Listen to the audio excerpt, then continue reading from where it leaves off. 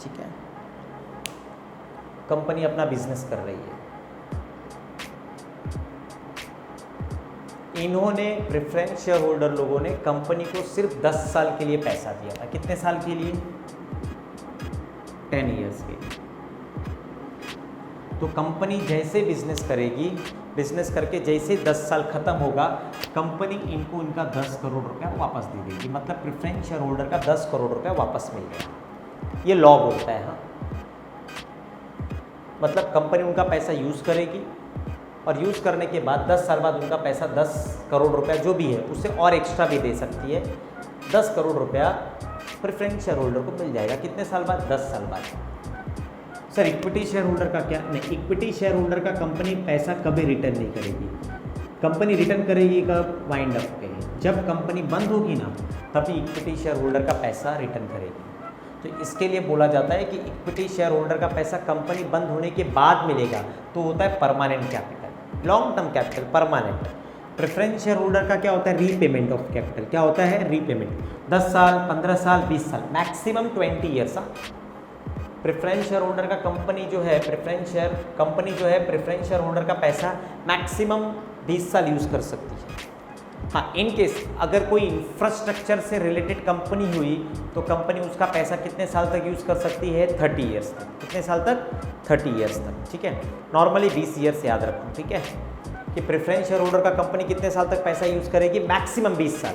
ऐसे नॉर्मली 5 साल, 10 साल, 15 साल, लेकिन आप बोलोगे 22 साल, नहीं, सिर्फ 20 साल तक।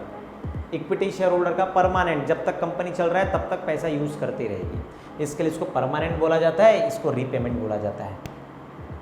हाई रिस्क, भाई ये कंपनी परमानेंट कैपिटल यूज़ कर रही है, परमानेंट, तो इनको रिस्क क्या है? ज़्यादा। इनको क्या है? Low risk. इनको रिस्क बहुत कम है। ठीक है, और डिफरेंस क्या है बताइए ज़रा। इनका डिविडेंड जो होता है फ्लैक्चुएटिंग डिविडेंड, और इनका होता है फिक्स्ड डिविडेंड। डिविडेंड का मतलब मैंने बताया प्रॉफिट। देखिए इनका डिविडेंड है ना, कंपनी को अगर ज़्यादा प्रॉफिट हुआ तो ज़्यादा डिविडेंड, कम हुआ तो कम डिविडेंड। लेकिन इनका फिक्स्ड डिविडेंड मतलब फिक्स्ड डिविडेंड है। हर साल कंपनी इनको 1 लाख रुपया पे कर रही है। कंपनी को ज़्यादा प्रॉफिट हुआ तो फिर भी कंपनी 1 लाख पे करेगी, कंपनी को प्रॉफिट कम हुआ तो फिर भी कंपनी इनको 1 लाख पे कर रही है। समझिए, एक साल कंपनी को ज़्यादा प्रॉफिट हो गया, इनको 5 लाख रुपया पे किया, दूसरे साल कम प्रॉफिट हुआ 4 लाख पे किया। ऐसे फ्लैक्चुएटिंग हो सकता है, इसका फ्लैक्चुएटिंग नहीं होगा। सर कंपनी को लॉस हो गया तो क्या होगा? डिविडेंड पे होगा कि नहीं होगा? मैंने आपको सिंपल बता दिया, डिविडेंड का मतलब होता है प्रॉफिट। प्रॉफिट हुआ तो ही कंपनी डिस्ट्रीब्यूट कर सकती है, लॉस हुआ तो डिविडेंड नहीं मिलेगा, याद रखना। लॉस हुआ तो डिविडेंड नहीं मिलेगा। ठीक है, और इसको बोनस शेयर्स दिया जाता है और नो बोनस शेयर्स।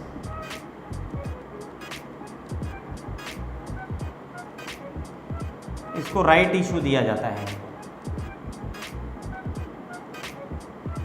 और no right issue. Right issue का मतलब क्या होता है? जैसे आप मान लीजिए 12th, जैसे मान लीजिए आपने 12th है ना एक डिग्री कॉलेज में किया, आपने 12th स्टैंडर्ड एक डिग्री कॉलेज में किया, मतलब जो 11th 12th भी पढ़ाता है और FY BCom SY BCom TY BCom भी पढ़ाता है। तो देखिए नॉर्मली आपने अगर डिग्री कॉलेज से आपने 12th पास कर लिया तो आपको FY BCom में, फर्स्ट ईयर BCom में ना इजीली एडमिशन मिल जाता है इन हाउस वाले को।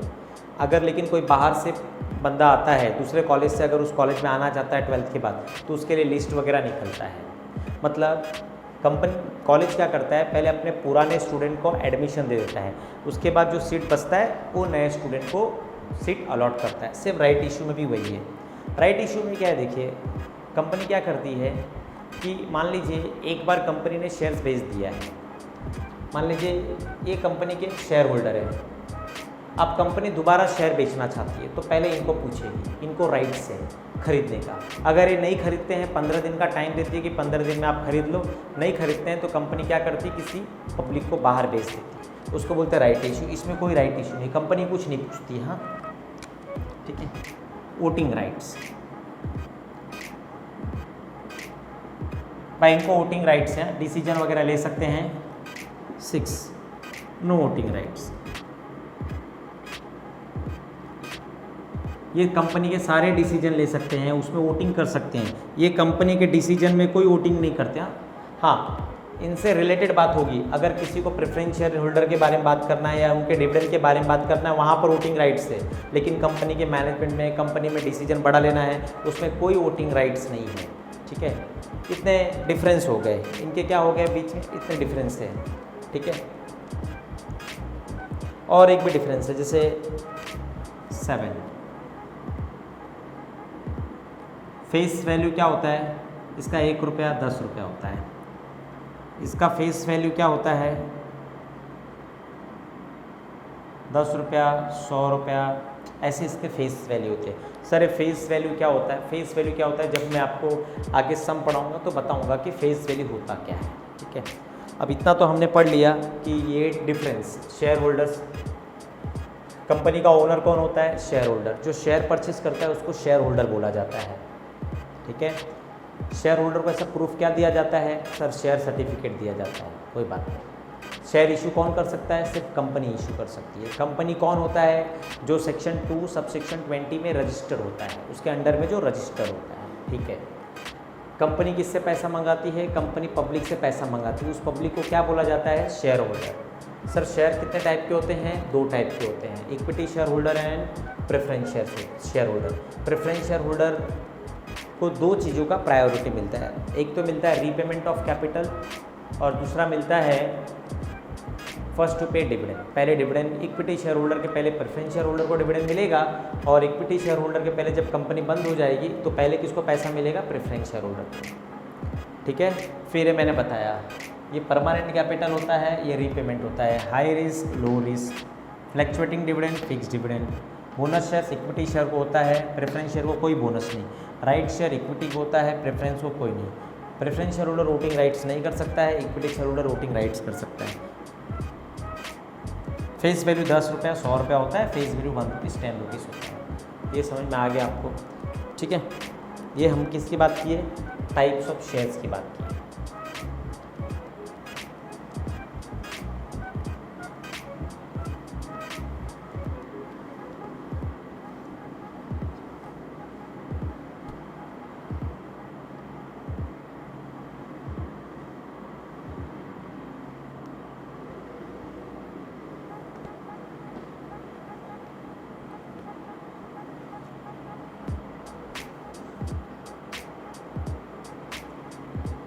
अब हम बात करेंगे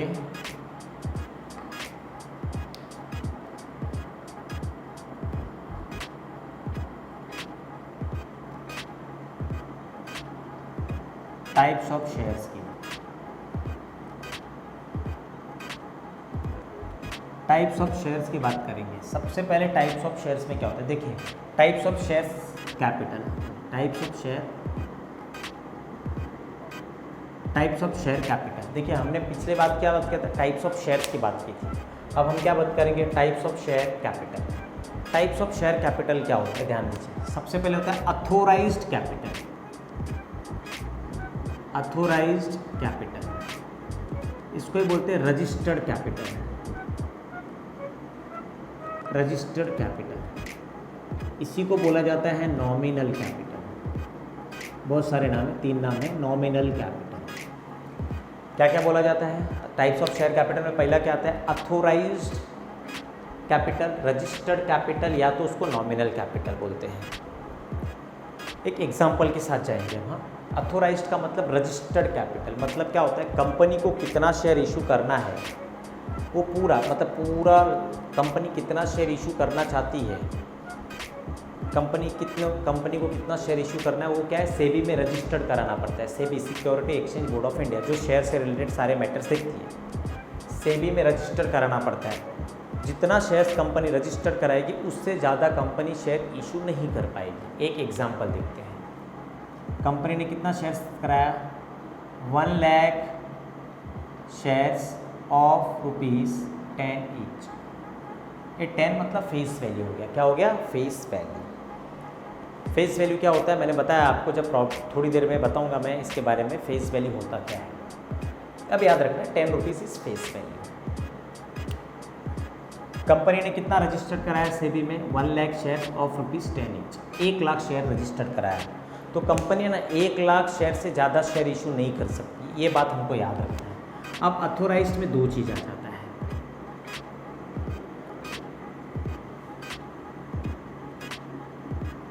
issued capital and unissued capital.